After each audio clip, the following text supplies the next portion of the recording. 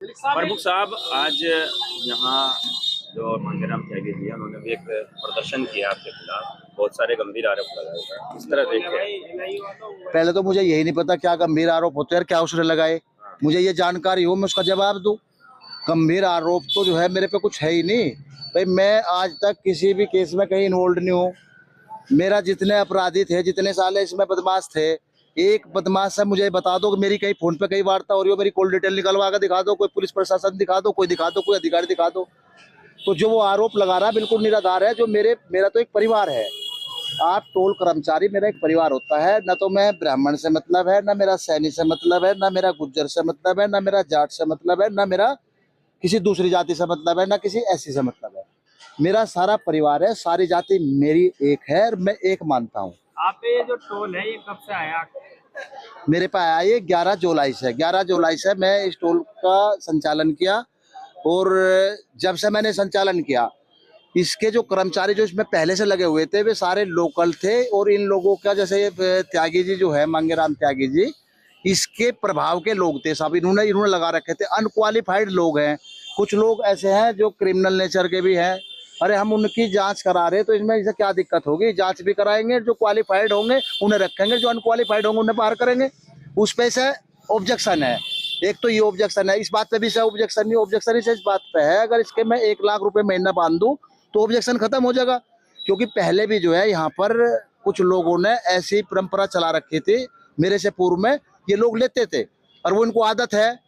तो उस आदत को बदलने के लिए मैं यहाँ आ गया। मैं किसी से आज तक कहीं दलाली नहीं करी। एक आदमी कोई बता दो इस जनपद का कहीं दलाली करी हो, कहीं किसी को पैसा दिलवाया हो, कहीं मैं बीच में कहीं इस तरह के मामलों में रहा हूँ, मैं कहीं वाद विवाद में रहा हूँ। कौन सा विवाद है मेरे पर? बताओ कौन सा मुकदमा मेरे खिलाफ है? कोई 302 का मुकदमा हो, 7 का हो, 151 का हो, 716 का हो, लेकर तो आओ मेरे सामने। और मैं कह रहा हूँ, मांगेराम त्यागी पे इतने मुकदमे हैं, दुनिया भर के मुकदमे हैं। आप जांच तो कर लो। LIU वाले जांच कर ले, जिला अधिकारी महोदय जांच करा ले, SSP साहब जांच करा ले। मेरे पे तो कोई आरोप है ही नहीं। और जितने बदमाश है जो मेरे गांव के बता रहा बार बार, इनके गांव के, अरे गांव के कोई आया होगा, मेरे परिवार का एक आदमी हो जब बता दे। अगर कोई गांव का भी आ गया होगा तो उसका मैनेजर का काम है वहां भर्ती करने का। और मैनेजर को अगर मैं फोन करके कहा हो, एक मैनेजर से पूछ लो, जांच तो करो किसी बात की। वैसे ही बोलना शुरू कर दिया किसी पर आरोप लगाने से पहले। दबाव बना रहे हैं। हाँ, मेरे पे दबाव, ये तो आपको क्लियर हो गया कि मेरे पे दबाव बनाया जा रहा है। दबाव बना करके इनका पैसा बन जाए टोल से, वो बंधेगा नहीं। टोल चले ना चले, टोल चलेगा कानून से। कानून व्यवस्था है जो एज पर एग्रीमेंट है। मैं पहले भी कहा, आज भी कह रहा हूँ, जो मेरे बीच में सरकार का जो एग्रीमेंट है उससे टोल चलेगा। मैं किसी को एक पैसे का कमीशन नहीं दूंगा, ना फिरौती दूंगा, ना कुछ दूंगा। मांगेराम त्यागी ने आरोप लगाया कि JMG से भी जो है एक गुहार लगाई है कि आपको पार्टी से निकाला जाए, गुंडों के साथ। ये तो जैन जी से गुहार लगाई है, चौधरी साहब से मेरे लिए गुहार लगाई है। ये तो पहले संजीव बालियान के लिए गुहार लगा चुका। ये तो माननीय कपिल देव जो भारत सरकार में, उत्तर प्रदेश सरकार में मंत्री, उनको टॉर्चर। ये तो सारे को, सब लोगों के खिलाफ बयानबाजी करता है, सबको पार्टी से निकलवा देगा। अरे यही अकेला आदमी है ना इसमें, इस जिले में, कि सबको तो पार्टी से निकलवा देगा, सबके सर्टिफिकेट यू बना देगा, कौन दोषी है, कौन निर्दोष है, कौन गुंडा है, कौन सही है। जो आदमी खुद अपने आप में गुंडा है, बदमाश है, बदमाशी से पैसा वसूलता है, और जो है कई मुकदमे आपराधिक इतिहास है, तो वो आदमी किसके लिए क्यों ऐसा क्यों बोल रहा, समझ में नहीं आ रहा। मांगेराम त्यागी का एक आरोप हो रहा है। उन्होंने कहा कि आपने ही जो टोल जिन्होंने मारा उन्होंने इसकी FIR दर्ज कराई। तो कह रहे हैं कि इसके परिवार वालों के नाम से FIR होनी चाहिए।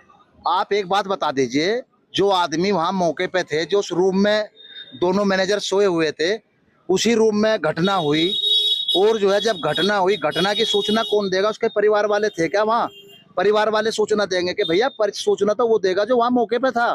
सूचना दी हमारे जो मैनेजर थे, जो वहाँ कर्मचारी थे, उन्होंने ही 112 नंबर पे सूचना दी थी उसी टाइम। उसके बाद वहाँ जो पुलिस ने जो कार्रवाई करी, सुबह हम भी पहुंचे 9 बजे, हमने देखी वहाँ जो हमने घटना देखी, जो चश्मदीद, हम जब वहाँ पहुंचे, SO छपार और मैं दोनों मौके पे साथ साथ पहुंचे, और दोनों ने हमने घटना देखी। वहां से जो है खून से लथपथ, नीचे पूरा फर्श खून से लथपथ था, दीवारों में खून लगा हुआ था। एक जब हमने देखा, वो उसने मुझे बताया, वहां के मैनेजर ने, जो दूसरा हमारा आदमी था, उसने बताया, साहब जब वो लेके चले गए, वो नंगा था, नेकर में था, चप्पल भी उसकी वहीं रहेगी, और नंगे को घसीटते हुए गाड़ी में घेर कर ले गए। तो मैं आकर के यहाँ 12 बजे करीब SSP ऑफिस आया, और मैं यहाँ से अपनी बाइट के माध्यम से ये कह दिया कि भाई मुझे ऐसा लग रहा है निश्चित रूप से उसकी हत्या ना कर दी हो, उसका लेकर के यहाँ से चले गए। मैं इससे ज्यादा और क्या कह सकता था जब मैं वहाँ घटना देख रहा इस तरह की, भाई उसकी जो लोग उसे ले गए तो उस तरीके से इस नियत से तो लेके गए होंगे, ऐसा कुछ हो गया होगा। तो मेरा ये कहना क्या अनुचित था। ये जो आरोपी थे ये कौन है, ये कब से काम कर रहे थे? ये आरोपी इसमें जो है एक था लड़का, कोई मनी नाम, मैं तो मनी जानता हूँ, मैं ज्यादा नहीं जानता, मैं गांव में ज्यादा नहीं रहता। वे आकर के यहाँ लगे होंगे कर्मचारी, तो उसकी जो है जांच के लिए मैं अपने, देखो मैं भर्ती नहीं करता टोल पे, मैनेजर भर्ती करते हैं। मैनेजर ही कहते हैं कि आप लोग अपना वेरिफिकेशन करा कर लाओ, जब वेरिफिकेशन होगा तब रखे जाएंगे। वो लगा लिए होंगे, उनके वेरिफिकेशन के लिए उनको बोला गया होगा, जैसे बता रहा हूँ कि हमने बोला था, तो वे वेरिफिकेशन करा कर नहीं लाए वहां पर और कहा कि हम ड्यूटी ऐसे करेंगे। वे 3 दिन से लापता थे, वेरिफिकेशन के नाम पर 3 दिन से गायब थे वहां पर कि हम करा कर ला रहे हैं। और जब वे करा कर नहीं लाए तो उन्होंने कहा कि हमें ड्यूटी चाहिए, हम करा कर नहीं लाए, तुम्हारी हिम्मत नहीं, ड्यूटी नहीं दोगे। तो उन्होंने कह दिया यार ड्यूटी मिलती नहीं, जो करना कर ले। तो 4 घंटे बाद उन्होंने जो है इधर उधर से बदमाश एकत्रित कर करके किसी गाड़ी से आकर के उसकी एक की तो उठा करके ले जा करके हत्या कर दी और एक को जो है गंभीर चोटें वहीं मारी। अब इसमें नु बता दो मेरा क्या दोष है, मेरी समझ में ये नहीं आया। मेरा दोष ये है कि मैं मांगेराम त्यागी को जो उसके आदर्श जो बदमाश है उनको पैसा नहीं दे रहा। उस टोल से अगर पैसा देना शुरू कर दूं या फिरौती देनी शुरू कर दूं तो इनकी समझ में आ जाएगा, ये खुश हो जाएंगे ना इस बात से, फिर इनके कोई विवाद नहीं। ये हर जिले में हर आदमी को टॉर्चर करके दबाव बढ़ा करके फिरौती वसूलने का काम करता है ये मांगेराम त्यागी। और मैं कह रहा हूँ, और जो ये मुंह पाड़ के कुछ भी बोल रहा है, कुछ भी, अरे यहाँ जांच एजेंसी है, यहाँ SIT है, उत्तर प्रदेश सरकार के पास 7-10 एजेंसी है, जांच तो करा ले। विनोद मलिक का अगर जरा सा भी फॉल्ट आ गया तो ये जहर खाकर मर जाएगा क्या, बता दो मुझे। साहब अब ये बात तो जातीय पा रही है, ब्राह्मण वर्सेस जाट, उसको लेकर क्या कहेंगे? देखो मैं ये तो ये कहूंगा, मैं जातिवाद का कोई प्रश्न कहीं कभी आज तक उठाया हो जीवन में, मैं कितनी बाइट दे चुका हूँ, कितने में प्रदर्शन धरने कर चुका हूँ। आप एक जगह मुझे बता दो, मैं कभी एक जाति की कहीं बात की हो तो आप बता सकते हो। मेरे टोल पे आज कर्मचारी है, आप चले जाओ, मैंने एक भी कर्मचारी वहां से नहीं हटाया। इसने जो है वहां पूरा टोल बंद करा दिया, पूरा स्टाफ अपने आप हटा दिया। इसके कहने से पूरा स्टाफ हट गया, क्योंकि इसने रख रखा था पहले उसमें जो पहली कंपनी थी वहां पर, तो इन्हें पूरा हटा दिया, सारा प्रभावित हो गया। 15 लाख रुपए का एक दिन में लॉस हुआ। और जो वो लॉस हुआ तो फिर हमें व्यवस्था तो करनी थी, हमने कुछ अदर्स टोल से अपना प्रशिक्षित स्टाफ मंगाया, कुछ लोकल से वहीं से भर्ती कर करके उसको एडजस्ट कर करके टोल स्टार्ट कराया। तो इसमें क्या कर दिया हमने, क्या गुनाह कर दिया? उन कर्मचारियों को हम अब कैसे रखें? वो अब दबाव बना जा रहा है, उन कर्मचारियों को भी रखो।